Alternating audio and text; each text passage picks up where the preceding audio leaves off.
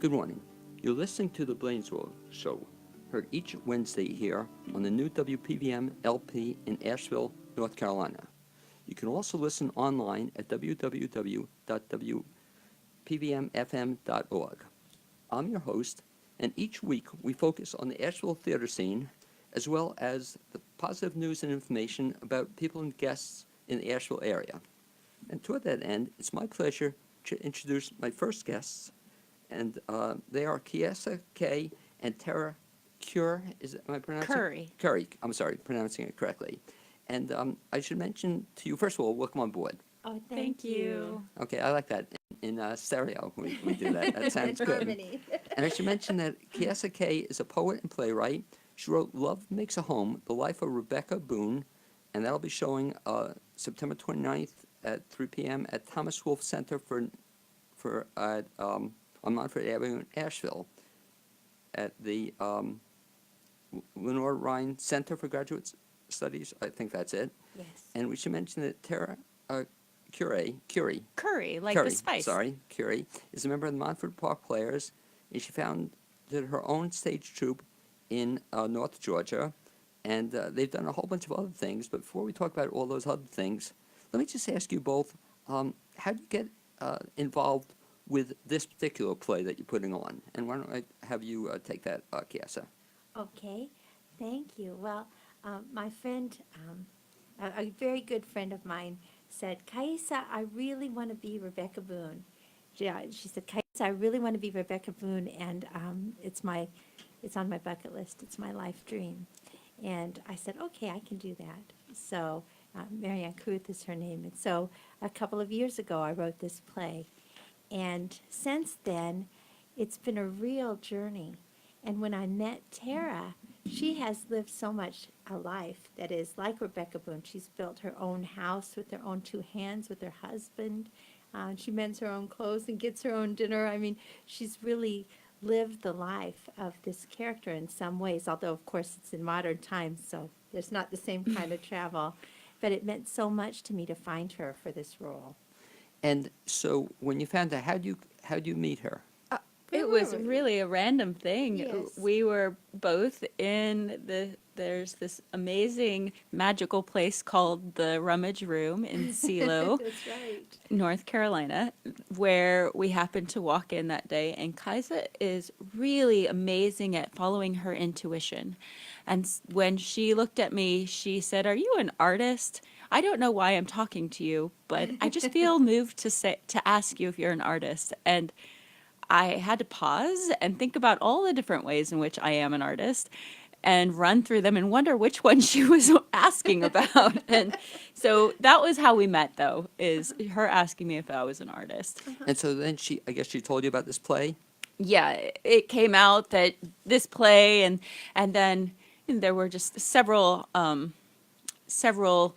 parts of the conversation, but eventually she told me about another play that she wrote and then called me up later and asked me if I would be in this play. And I was so excited and so moved to Now, do that. I had the pleasure of seeing the play once. Have you been in the play yet, or is this the first time? I have done 2 performances already. We did one over at the Orchard at Alt Pass in August, the beginning of August, and then mid-August we did a performance in Silva at the courthouse.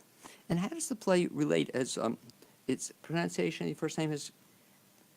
No, your first name. I'm sorry. Oh, it varies a lot. Even my mother pronounces it. She made it up, and she pronounces it differently depending on her mood, so you can't do it wrong. Well, But how I do you- say it Kaisa. Kaiser. Well, how did it relate to, as Kaiser mentioned, your background? In other words, that you built your own house, and could you relate to some of this? Yes, I have been living off-grid, and I've lived primitively. I lived in a teepee for several years. So my experience of carrying my own water to bathe and wash my clothes and anything that I needed water for, my experience in heating with wood, chopping wood. One of the first lines of the play is, "Wood warms you twice, once when you're split and sweat dripping, and once when you put it to burn. And I definitely know what that's like. I've split my own wood. I've made my own fires. My husband and I, that's how we warm ourselves in the winter still. And for a long time, we cooked on wood, and then we started using more gas, and now we've gone back to using more wood again.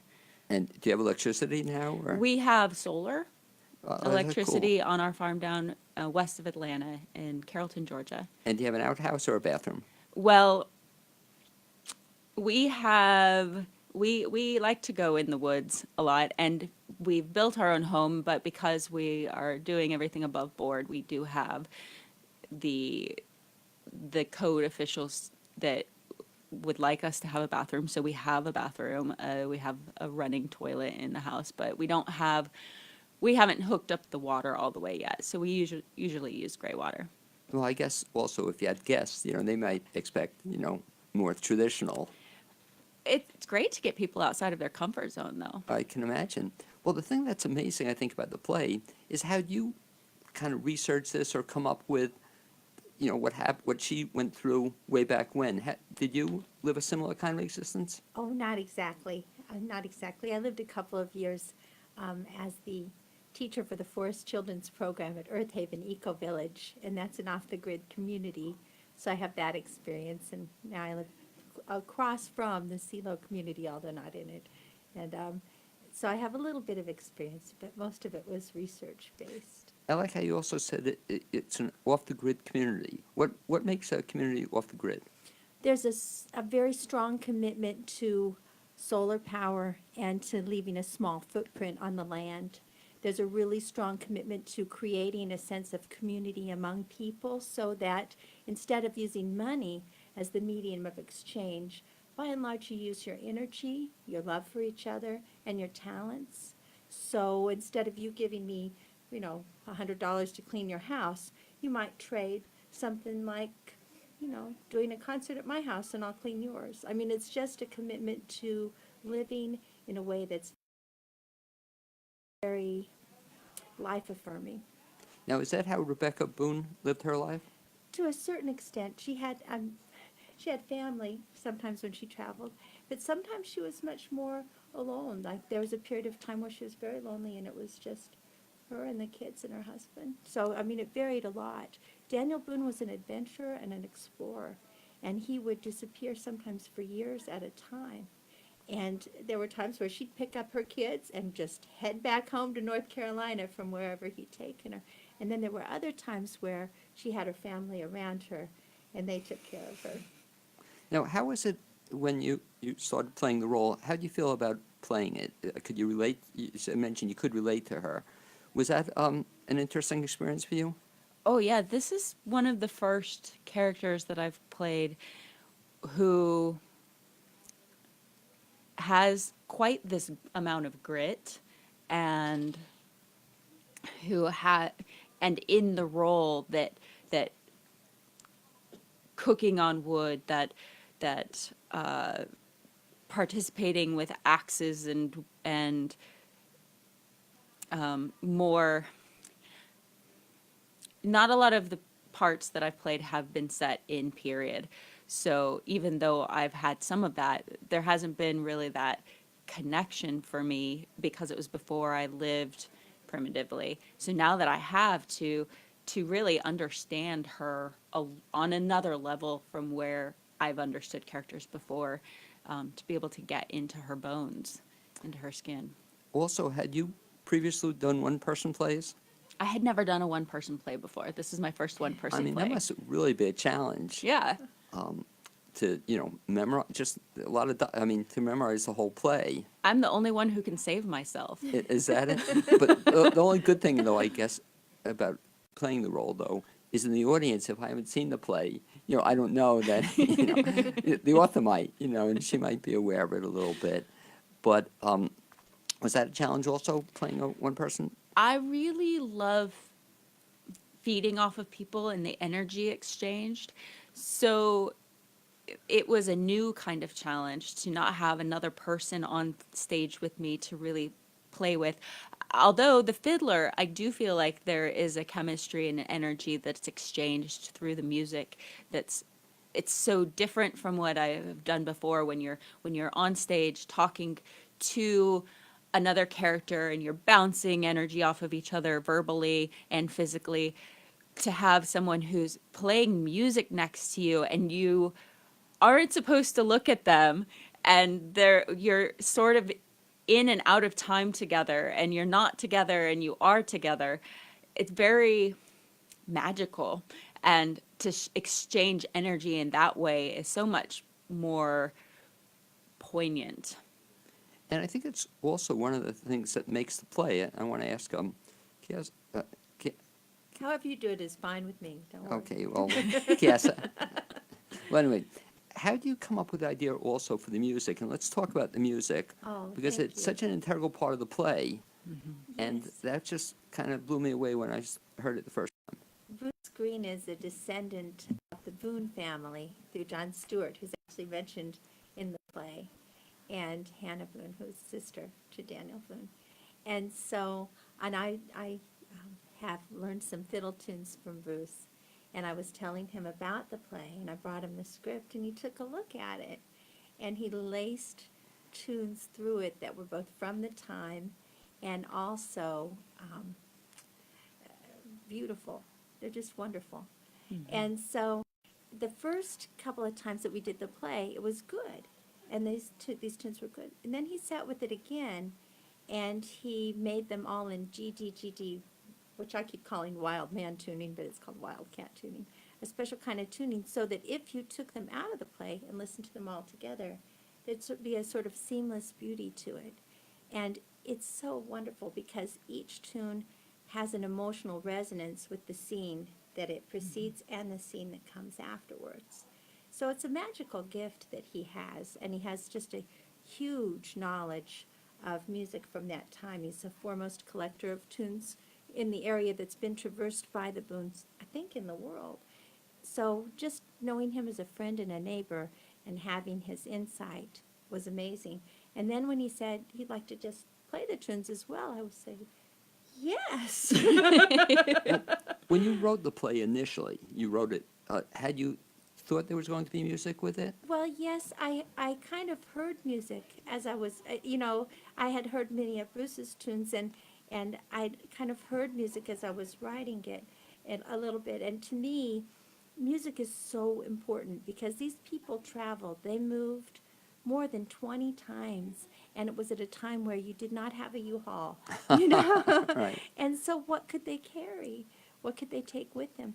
The legacy that they could give to their children, the legacy that they could carry was the music that they had in their hearts and in their heads. In their Well, I imagine hands. also, just as you describe it, it led to an age of a simplification. You know that Yes. if you're moving 20 times, that's a lot of times. You're not bringing a lot of stuff with you.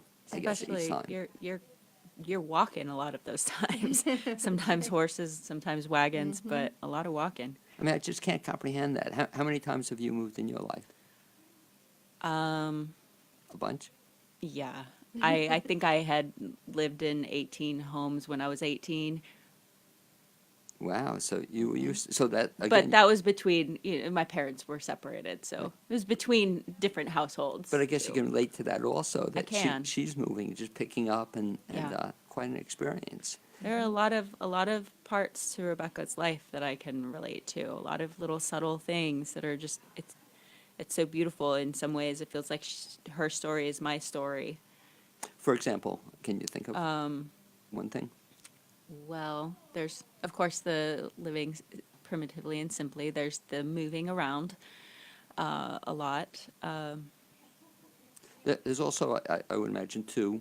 You mentioned you're married. The love that this woman Yes, had. yes. And again, watching the play, I'm wondering how many other women would put up with this. You know, that this guy just again, when you said it, I remember seeing the play. To go off for a week or two, I was just away for a week, and that was one thing. To go away for a couple of years. Right. When they were away, were they communicating with each other? He might have sent some letters, but it wasn't going to be a lot. And And she there were couldn't times read. when she didn't know if he was alive still when he was gone. She wouldn't know until he came back that he was coming back. And she didn't read, you said? She And couldn't she read, couldn't somebody read. have to read them to her. And one of the things that gives this particular performance on September 29th at the Thomas Wolfe Center for Narrative a real resonance is that Tara loves her husband, and Bruce loves his wife. I mean, and they are in lifelong, soulfully committed relationships, and they are creative and beautiful people in love with creative, beautiful, imaginative people. And I think that that was such a part of the connection between Daniel and Rebecca. I mean, they had a passionate, lifelong love affair. And to have two people on stage who know what that's like from the inside out is a rare gift. Very sweet. When you first met, could you feel that, or when you heard about it? You know, you do feel something. You might not be able to articulate what it is, but you feel something. Yeah, that's a very aspect of the show. When people come there to see the show, describe what they're going to see, or how long is it, and what kind of play is it? It's just the one-person play. What's I found fascinating is even though it's one-person play, you feel like there's a lot happening within, what's it, about a little over an hour?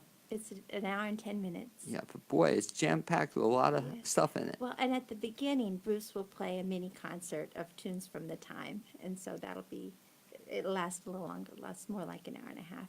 So if you like the long. fiddle, you're going to enjoy this? Yes, oh, you'll love it. If you like old-time music, you will love this play. Okay.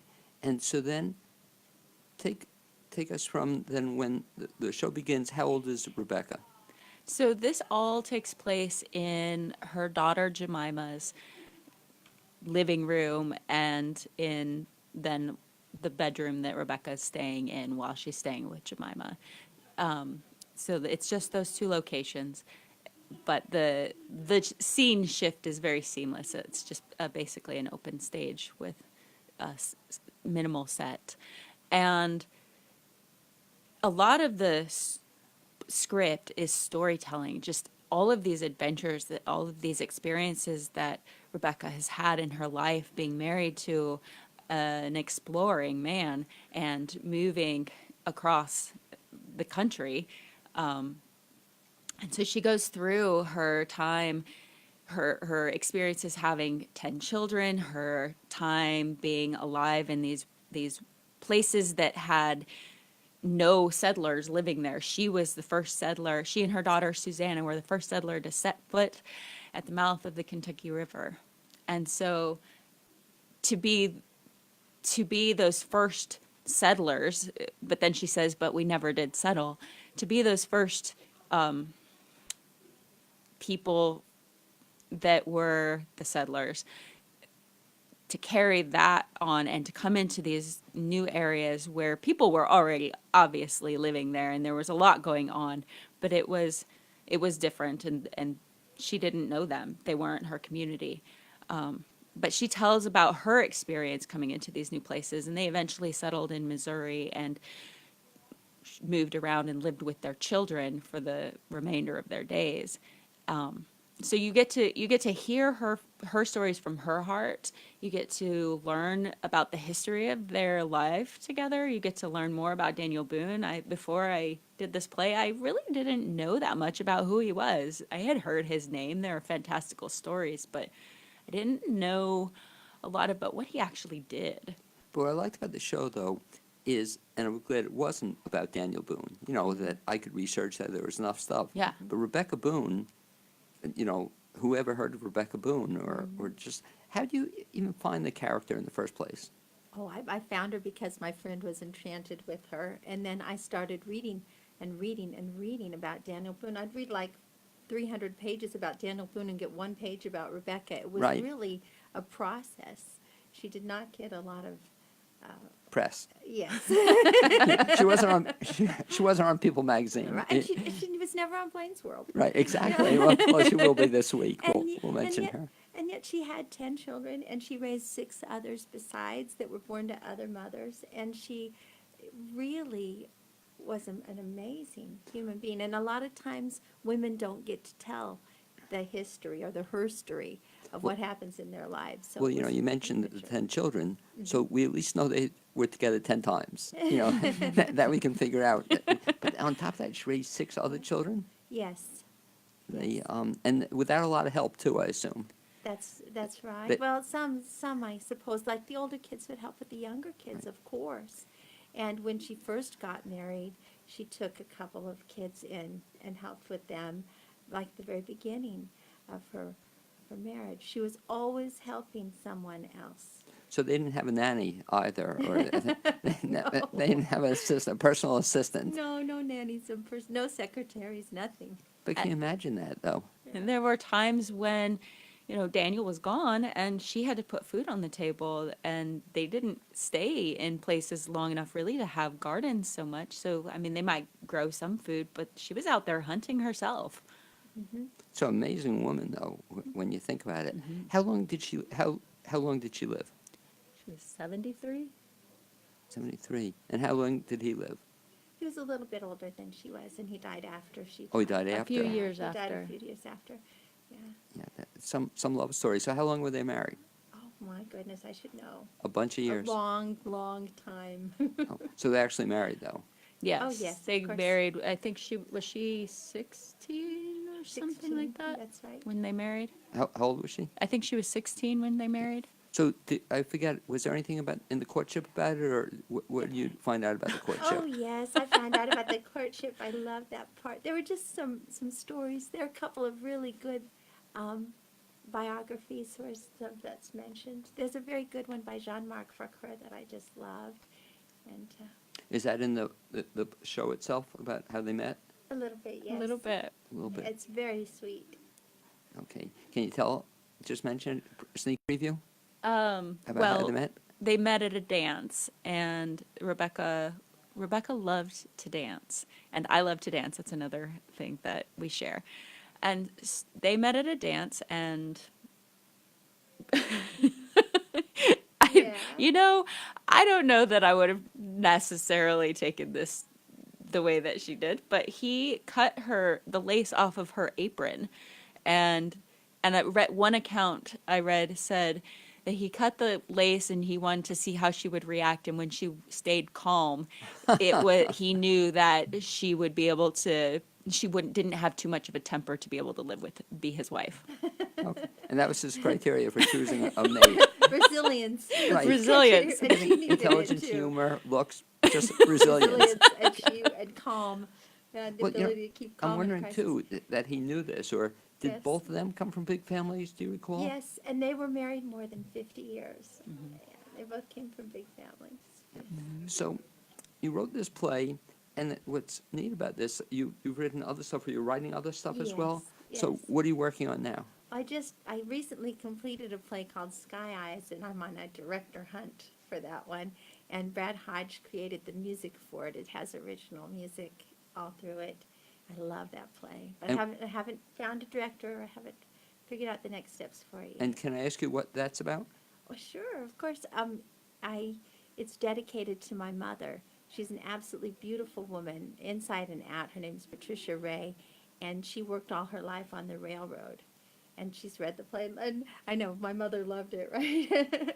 How professional is that? But she did, and my sister loved it and cried when she listened to the music. And so it's a really true play about the hardships of being one of the first women in the railroad in Kansas and trying to balance raising 2 children with a very different sort of spouse. And what kind of music is that going to have? It's a more contemporary kind of music, kind of a sweet jazz music. So that's really interesting. So you write about, often it seems, independent women. Is that kind of an interest of yours? Yes, and people who are very resilient and have deep hardship in their lives and emerge with their souls and their hearts intact. Something to look forward to. So Oh, look forward to thank you. in the future. I know also in your spare time, Tara, you write also? You do a lot of things. I know do, you yeah. write. What kind of stuff do you write? My husband and I have written a few books one of them is called Sacred Violence, and it's an autobiography of our life and our experience off grid and our worldview and sort of a little handbook on a possibility of how to live and how to have community and just maybe a little window into a possible worldview. It seems there's a play there also, or possibly. Possibly.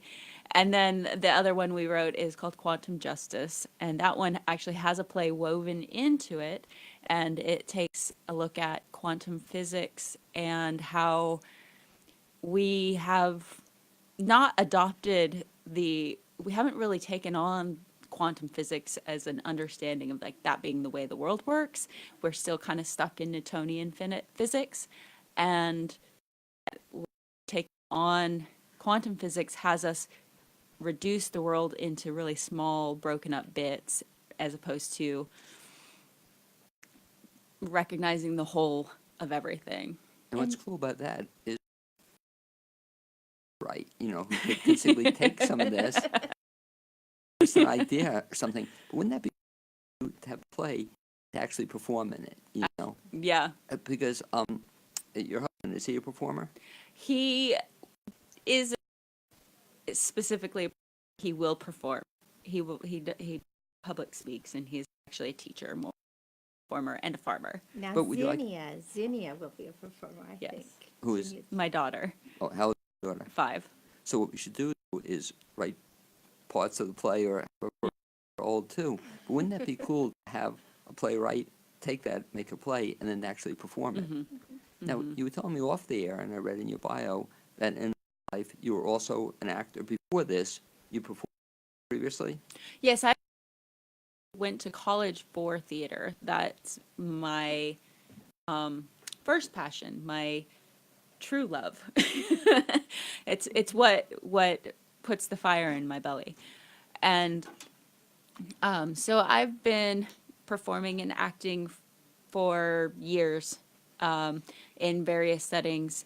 And I started a theater troupe, I think you mentioned, in my friend's backyard after working with Montford Park in 2007. And I moved down to Georgia, and my husband and I bought land down there in Carrollton, and we started a theater troupe, and we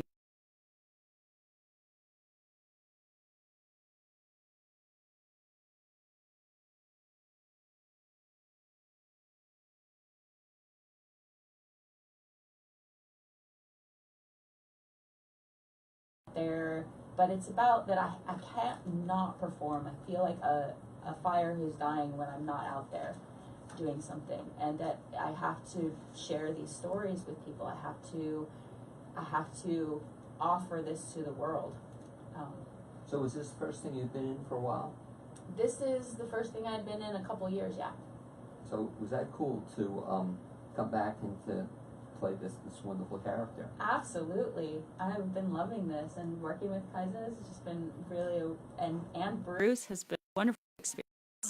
My favorite time was when we met on my porch and you did the whole play and he played the music, and it was just so beautiful with the mountains. We could all see the around. mountains off in the distance. I love it. Perfect setting. Last question. If somebody wants to see the show again, could you mention the date and time and all that good stuff? Yes, Love Makes a Home, the life of Rebecca Boone, featuring Bruce Green and Tara Curry, will be Saturday, September 29th from 3 p.m. till 5. So it starts at 3 at the Thomas Wolfe Center for Narrative, 36 Montford Avenue. And it will be signed. It will be signed in American Sign Language for anybody who Great. needs that. And should I tell where they can get tickets? Yeah, just mention the website Okay. if you would. It's boone.brownpapertickets.com, and Boone is spelled Boone .brownpapertickets.com. And I can just add that if you do see the show, you're going to love it because Oh, it's a thank you. beautiful show. I was so impressed that you came from you had had some medical needs and you just showed up and Well, if- enjoyed it. Well, I got so interested in the show after you were on the radio previously, so I had to see it. I'd like, thank you, Kiesa Kay and Tara Curry for being my guests this first half hour on the Blainsville Show, and lots of luck this coming performance. Thank you so much for having us. Thanks, guys. Thank you.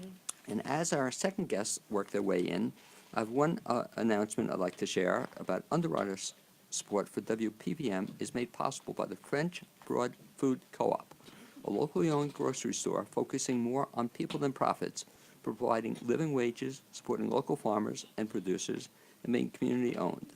More information on the web at French Broad Food Co-op. I'd now like to also mention some upcoming theater productions in the Asheville area, and two very exciting shows that I'm going to try to get in to see. One is the complete works of Shakespeare. That's going to be at Parkway Playhouse, September 22nd to October 6th. And for more information, that's at parkwayplayhouse.com. In addition, another show I want to see, I think I want to see all these shows, but it's Over the River and Through the Woods. That's going to be at Hart in Waynesville, September 28th to October 14th at www.harttheater.org. In addition, a third show I want to see, we'll talk about with my two guests this second half of the show, and they are John Stockdale and Melon Weddick. And welcome aboard, guys. Thanks, Blaine. Thanks for having us. Okay. And Melon, you want to be a little closer to the mic, I think. I should mention that John is a local actor who is playing Hamlet in the Montford Park Players production, and he is Hamlet. In addition, he's a local actor, he's moved to Asheville in 2014. You may have seen him in a bunch of things, which I've had the pleasure of seeing him in. Melon Weddick was co-founder and director of the short-lived Greenville, New Hampshire Shakespeare Festival, and she directed productions of Hamlet and Measure for Measure. Since arriving in Asheville, she has performed with Montford Park Players in a bunch of productions, and I have to say, I've enjoyed seeing you in a bunch of productions, but especially, the first thing I may have seen you both in was a show called Constellations, and that just blew me away, you know. You mentioned to me off the air, you've acted in other stuff before? Yeah, I have. Okay. We, of course, did the Shakespeare Festival together in New Hampshire. And then when we were in New York, I guess you did more acting than I did, but I was in another production of Julius Caesar there. Right. Yeah. And we've actually acted together before. We did a one act called Riot Standard, where we played aging punks. So definitely typecast there. I was going to say, there's something to look forward to, or Yeah. this is what you'll be in the future. The question I'm oftentimes curious about, especially when I meet actors and directors and performers, is how you both got into the field. Melon, I'll just have you lift up the mic just a little bit. That'd be great. Sure. And when you were like a little kid, when you were 7 years old, did you always know you wanted to be an actor? Yes, Did you really? always. I mean, if you ask my mom, she'll say I was torn between being the president of the United States. Well, you still have time. Sure, that's going to happen. Or an actor or a writer. So, yeah. And so you just kind of gravitated into it? Yeah, I don't know why, but it's always been the most exciting thing for me. And did you, when you were in school or high school, college, the whole thing, did you perform all the time? So much, yeah. Did you really? In high school, I definitely got into being backstage a little bit more than being on stage, and I started doing set design and building and all of that kind of thing. But I've been acting since I was 5, I want to say. And you also direct, too. I do. Have you done that for a while? This is the 3rd show that I've directed, so I'm really excited to be getting back into it. The last time I did it was 15 years ago in New Hampshire. And here's a question I ask that sometimes I get different reactions from folks, and I always think it's a fascinating one. But if you had a choice, and I'll come back to that because it's a cute story with directing Hamlet. But before I get to that story, let me ask John the same question. So before you met Melon, even when you were a kid, were you an actor? Not at all. Very much the opposite of Melon. I didn't get into it until very late in high school. I happened to do a summer program that was about Shakespeare, strangely enough. And it was mostly academic, but there was one point where we read a scene out loud, and I really enjoyed it. And so my senior year of high school, I did a play, and then from that point forward, I was in theater. The play you did in high school, was that a Shakespeare play? It wasn't. It was, I forgot what it's called. It's a weird little one act where I played the incarnation of Death, who was sort of this strange Again, British... typecasting? Right? I mean, look at my face. But it's this strange British actuarial guy who wandered around taking notes. And I had a great time. And so then you studied theater in college? I didn't. I did a lot of plays in college, but I studied other subjects. I took an acting class my freshman year and really didn't like it. So Really? yeah, the actual studying of acting didn't seem that interesting to me, or the exercises we did didn't seem to. I didn't get as much pleasure out of it as actually playing a role.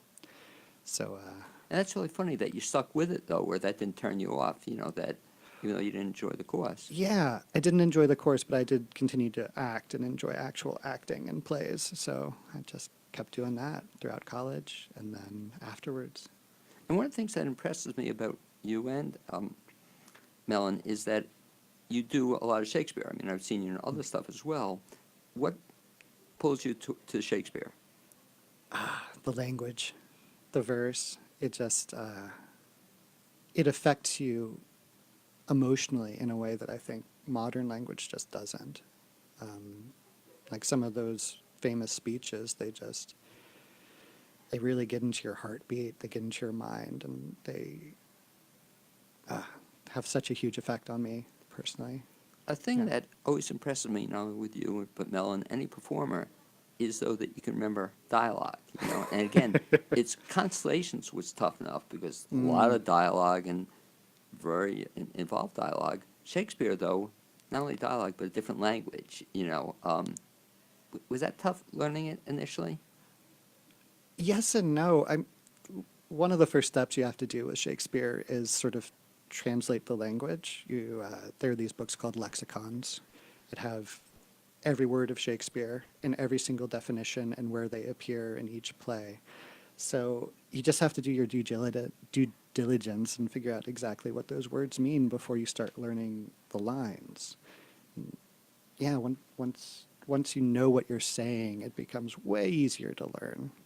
And the rhythm really helps. I mean, it's such a regular 10-beat line, and it goes with your heartbeat. And hearing that pace of it, it's sort of like a train. You get on the train and you keep going. Like Constellations was incredibly hard to learn because it was exactly the same dialogue over and over, and then it had to end in different Right. ways. That was crazy. But Shakespeare's so much easier. Yeah. Let's talk then about Hamlet, which is now at Montfort Park Players. It's going to be for another 2 weeks, Yes, it is. and you're directing that. Is that correct? I am. And so talk a little bit about the fact that Hamlet, if people are familiar with it, this might not throw them a little bit, but be a little bit different. Yeah, it's considerably different. It's a lot shorter, for starters, which people are usually happy to hear. We should run about 2 hours and 15 minutes with an intermission. And it has been somewhat rearranged. I've taken a lot of scenes and spliced them together so that you see kind of the framing story for a future scene at the same time as you see that future scene, which is very similar to how we see things in movies now. So it's a convention that people are extremely familiar with, and it actually helps them to understand the story better. We've taken out most of the soliloquies, and the ones that remain have been divided among characters. So there's a point at which Laertes, Ophelia, and Hamlet all share a monologue together, and it's surprisingly effective and shows how each of them is undergoing, in a way, the same story. They've all lost their fathers, they've all been separated from their mothers. Ophelia and Hamlet have both seen their lovers be, what we say, stained, become disreputable.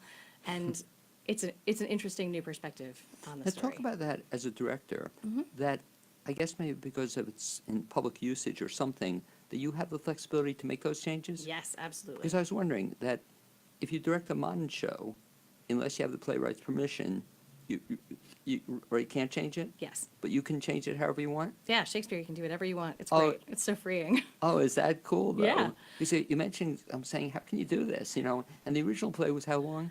Oh, it's about 4.5 hours to do the whole thing straight through. Wow. It's really an endeavor. And so, did you then cut it, or you got it from I cut somewhere it. else? I cut it, most of it 15 years ago for the first time we directed it, and then the end of it was unfinished at that time. So another feature of it is it incorporates large chunks of John Dryden's 1695 translation of Virgil's Aeneid, which is a story that was one of Shakespeare's source materials, and it's referred to in the actual script of Hamlet. So we've just gone ahead and taken the original and thrown it in there as well, and it's surprisingly effective as a framing story for Hamlet. Absolutely. Yeah. Well, you mentioned this, and it reminds me of the fact that how I got through, I guess, high school English with classic comic books, you know? And, Yeah. and one of the things that was a turnoff that, you know, the Shakespeare, there was no context of it. It was just, you know, read it. Yeah. And this sounds like a much more enjoyable or understandable Yeah, we've version tried to of make it really accessible. And one of the ways that we use the Aeneid text is so that Hamlet can really directly talk about what he's thinking and what he's feeling. And we've taken the ghost and externalized it. It's played by a chorus of actors. And every time Hamlet goes crazy or mad, you hear the ghost talking to him. So he's always responding to something that the audience is also experiencing. And I think that helps them relate to him much better. John, as one of the performers in the show, what's been the reaction so far? You've been up on 2 weeks so far. How's it going over? It's really positive. I mean, we only speak to the people who stick around to speak to us after the play, so it might be sort of a skewed perspective, but the people I've spoken to have been really, really excited. Some people, the changes it's made, one audience member said it made it a living Hamlet. Like, there are enough changes that she could see the play anew while still experiencing Hamlet instead of sort of a museum piece that sometimes a more traditional Hamlet can fall into. And then I think even better for me, some audience members have said he was absolutely engaged and enjoed the whole story. All the way to the end. Yeah. And Yeah. that's the key, Melon. If he stayed, you know, oftentimes somebody will bring their child and they'll stay for the one half of the show, but he stayed for the whole thing. Enthralled the whole time. It was amazing. Right. And but so it's appropriate for other kids. Well, there is some violence. Sure. It's Hamlet. Right. Everybody dies. Spoilers. But yeah, I would say depending on the kid. Something you do, which I think is really cool, and Montfort does this as well, and I'm a big believer of it. But like you said, you stay around, which I really like. I mean, you actually get to see the performers twice. You get to see them at the intermission, you know, when you're walking around, which I think is cool, and you get to see them at the end. Do you enjoy that? Absolutely. Yeah, very much. It's really nice to get direct feedback from the audience. It's rare in other situations. And, you know, you might get one review in a paper, and that's all the feedback you get for a performance. But in this case, people are eager to talk to you, tell you what they thought. And people in the audience feel like they have ownership of the play. I mean, we're really, at Montfort, it's really a community endeavor, and the audience is very much a part of the living community who's putting on these shows. And the shame, as you said, John, it's unfortunate that when the local paper stopped doing reviews, you know, which is really a shame. Yeah. But the whole idea, Melon, what you're saying is giving the feedback afterward. I'm sort of, as a kid, I guess I developed the habit, you know, becoming a junkie, you know, staying after and seeing the performers. But it helps me enjoy theater better because then I want to see you guys and other stuff, you know. Everybody And- wins. But somebody once told me, I won't tell you who, but they said that some performers don't like doing that. And to me, that makes no sense, you know. You're trying to build a community. You're trying to get people to see stuff and talk about it. And the more you can do, you know, the better, I think. So I just like that afterward, whereas everybody comes on stage and talks to the audience. Yeah. Yeah. It's other theater companies do more formal talkbacks Right. where you call the whole cast on stage and you sort of have a structured conversation with the audience. And this is much more unstructured. You just come out and whoever wants to talk to you can chat with you, and I love it. Which is really great. I used to love talkbacks, but less so now because some of them go on indefinitely, you know, and you There's know, a sense it's that you don't know what you've signed up for and you can't leave. right, exactly. You know, some theaters do great. A 15, 20-minute talkback, I'm there. For an hour, it's a little, and even for the performers, it must be very Yeah. annoying. Yeah. I mean, not annoying, but sometimes you're very tired after Right. your show. Right. You'd like to go home. You want to do other things. Talk, if you would, Melon, a little bit about the Montfort experience, which, for the people who haven't been there before, it's unlike anything you've ever seen before. Describe it, if you would. It is. It's very, I mean, it's an open air theater. It seats hundreds. It's enormous. And it's a very casual, relaxed atmosphere. People start showing up at 6 o'clock. They bring a picnic. They bring their dogs and their neighbors. And it's almost a party atmosphere a lot of the time. And then the show starts and everyone gets quiet and tree frogs start chirping. And there's this beautiful sense that you're experiencing something you wouldn't experience anywhere else. And I found it just a fun place to go to see a show. Yeah. Again, I've never seen that before. As long as you bring sometimes bug repellent. Yes, that would be a not, good not idea. a bad idea. How's it for you, John, performing in an outdoor theater? So far, it's been wonderful. I was a little worried about the level of volume you have to attain at Is this the Montfort. first time you performed? Oh, there? I've been there a few times. Okay, but talk about the performing there then. Yeah, when 500 people show up for a show at Montfort, you kind of have to not just project, but yell to be heard. And that really limits the flexibility of your voice as an actor. You can communicate a little less.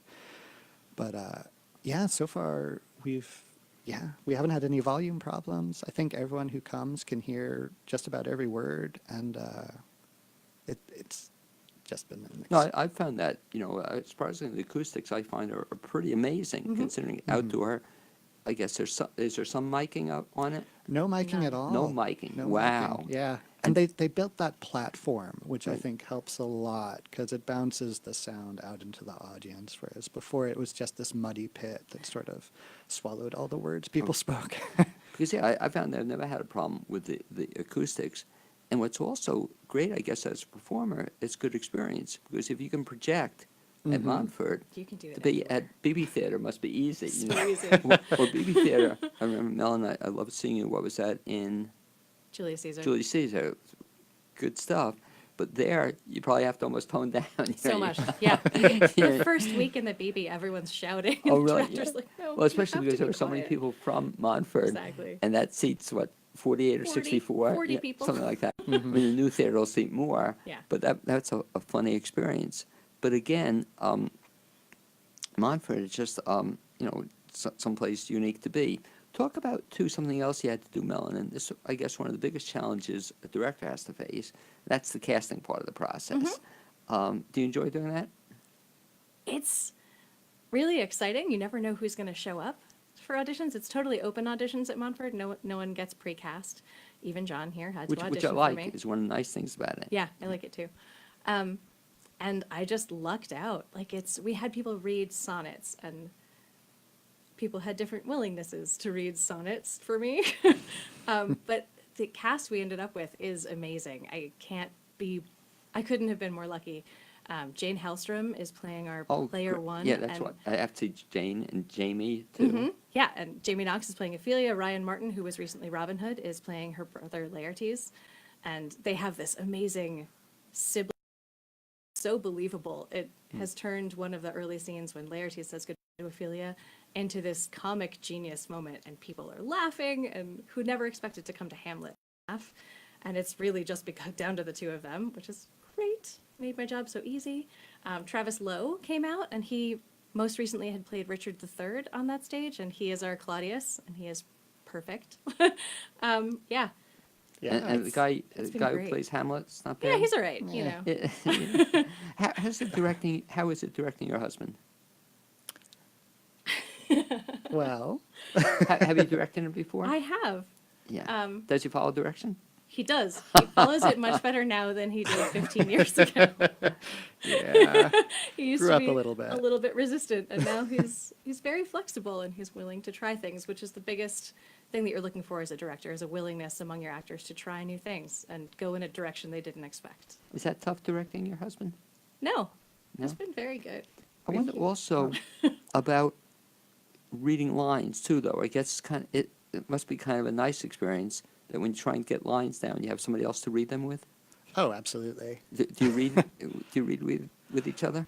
Well, yeah, for Constellations, we spend all our time running the lines and trying to get them down perfectly. For Hamlet, it was an interesting experience. I played a similar role 15 years ago when she directed it last. And those lines were still in there. Oh, I was going to ask. It comes Yeah. back. It does. It came back really quickly. They just were waiting to come out again. I've never repeated a role before, but it's been really helpful. Love to do it again. How is it playing? So that's really interesting that you played it 15 years ago, which must be fascinating. Like, it's too bad. I don't know at the time. Did they have a video? Did they make a video of it? No video. Are you making a video of this one? I'm not sure. I think that's down to Montfort. I'm not sure if they take videos think of their so. performances. Yeah. I would just love to, though, just because. Can you imagine in 15 years when you play it again, or the older version of Hamlet? 55-year-old Hamlet. Exactly. But that'd be great. Let me ask you about the video too. Before playing Hamlet, either now or 15 years ago, had you ever seen a movie version of it? Sure. Yeah, both times. I've seen several. I think my favorite is Brana's uncut 4 hour long Hamlet, which, you know, some of it is hard to take, but overall it's a really successful Well, especially with version. him in it. Though, Yeah, I absolutely. can He's imagine. wonderful. Is that Constellations? Obviously, you couldn't do it because I would guess there was no movie version of it. Is that a good or bad thing? Let me ask our director here, for a performer to see a film version before they do the show. I think seeing a film version can be useful in aiding comprehension, certainly. It makes it really clear what people are saying. And seeing several of them is interesting, so you can see several different people's take on a part, but then you don't want to fall into the trap of trying to reproduce someone else's Hamlet or someone else's Ophelia. You need it to be your own. So as long as you can see it and then let it go, then it's great, but I wouldn't do it to study for the part.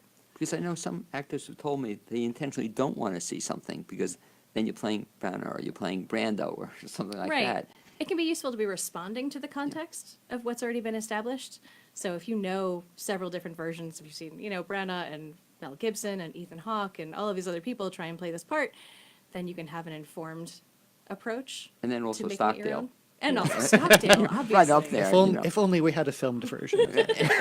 No, but I'm saying I do hope you get it filmed though, because how exciting would that be? Like you don't have the one 15 years ago, Yeah. but how exciting would that be, even to just critique it or review it, for you to see it and then see it after the fact, Yeah. Because some people I know, as you were saying with movies, they don't want to see it until after the show because it could influence the way they play the role or Yeah. something, and good stuff. You folks have been involved with Montford Park Players for a bit. Couple years. Yeah, a couple Yeah. years. How'd you get involved?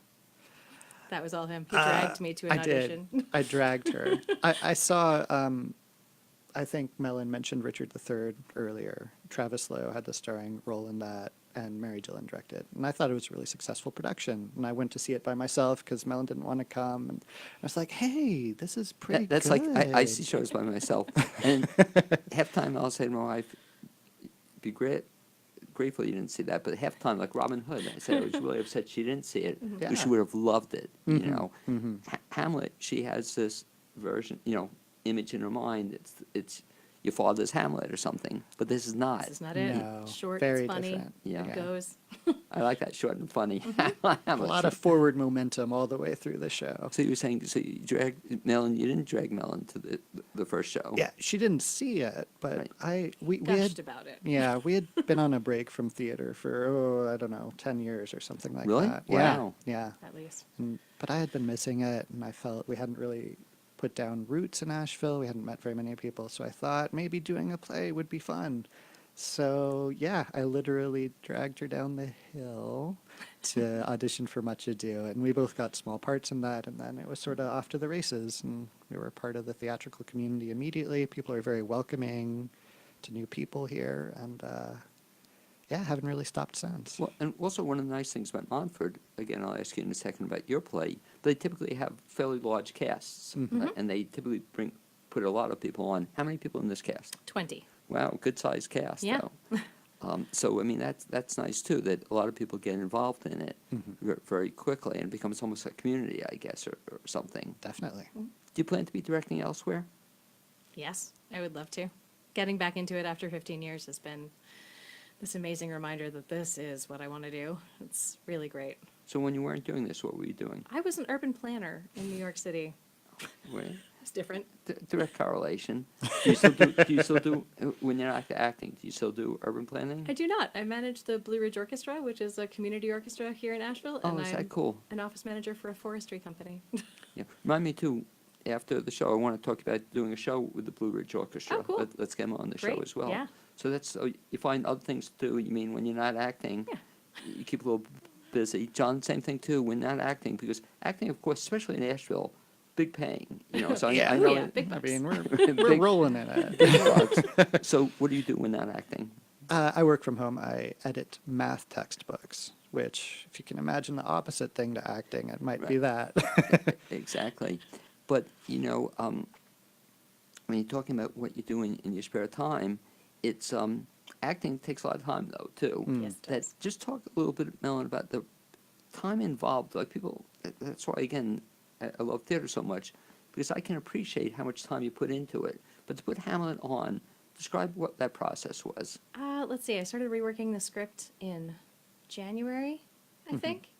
So that took some time, and then we started rehearsals on July 8th. So we had a full 2 months of rehearsals, and that was every night for 4 hours, Monday through Thursday. And then now we're in Tech Week, of course, is every day, 7 days, many hours, and then performances 3 times a week for a month. So Yeah, but- it's a lot. But the time involved, I mean, it's Yeah. just a lot of time Yeah. involved. I guess you have to like it. You have to love Or, it. or I guess it helps too if you like the people you're performing with and acting and directing with. Yeah. Because, I mean, there are stories, I guess, out there that when you perform with somebody you don't like, that must be tough, isn't it? I've You love one everybody ever you has. perform with, and especially you love every director. Oh, So absolutely. much. Every director is better than the last. But some more than others. Yes. Is that You it? might be my favorite. Aw, thanks. Well, that was like that's almost like a classic love story. You know, two people meet on stage and then they fall in love. You know, and Yeah. Pretty much. That's But it's almost- basically how it happened. we just had a playwright before. I don't know. Have you guys ever done any writing or thinking of doing any writing? Not playwriting, no. Yeah, No. because I would think this would be a good story, though, or the story of how you two met and fell in love. And what do you It may think? not be that dramatic. I don't know. Oh, we can add. We can add some conflict. add some good stuff to it. So, after Hamlet has another 2 weeks of performance, we'll talk about them in a second. What's on your agenda? Do we have anything specific? Nothing planned. We are going on vacation. Going on Are vacation. you really? Oh, cool. Don't know where yet, but sometime in October. Yeah. And then get back into acting. Yeah. Yeah. Now, do you see yourself, Melon, doing some more acting, or? Oh, probably. We'll never give it up. Yeah. Or if you can't direct, or if you don't have a directing gig, get Exactly. an acting gig. The tough part about Asheville, back to your casting process, it's tough because there are just so many good people. Like the Hamlet cast of 20, how many people came out? Ballpark. Wow. 60? It was joint auditions. It was me and the person directing Tempest. And then also Robin Hood auditions were the same day. So we were all together. But yeah, at least 60 people came. But I would imagine, too, that's one of the tougher parts about directing. I always think that when you have to turn somebody down or you have to tell them Yeah. they don't have a part. I honestly sort of lucked out. A lot of people had schedule conflicts. Oh, That okay. put them out of the running for Hamlet. That does it. Because I don't know how I would have made all of those choices. Where you Yeah. say you have a 6-week rehearsal and, 72 hours. But can you imagine these people, so many of them are doing that while editing math textbooks on the side, while, doing other jobs. People's dedication here is amazing. Right, Yeah. and a lot of talent. Now, if anybody wants to see Hamlet, you were telling me we have 6 shows and 1 extra one. What are the remaining shows? Yeah, we are this Friday, Saturday, and Sunday at 7:30 at the Hazel Robinson Amphitheater. And then we've been extended through Sunday, September 30th. So it's this weekend and next weekend. So there's a total of 6 performances left. Okay. And the great thing, too, I don't know how they do it, but amazingly, how many productions go on. I think John once told me that 95% of the productions don't get canceled for rain or bad weather Yeah. or something, and that's really cool. I'd like to thank my guests this week.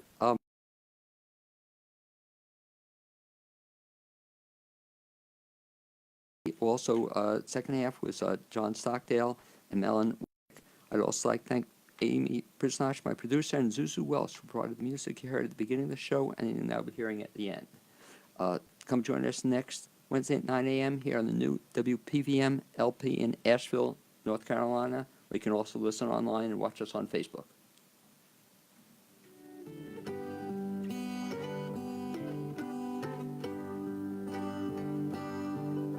You're listening to the new WPVM LP in Asheville, North Carolina. It's 103.7 on your dial and globally at WPVM.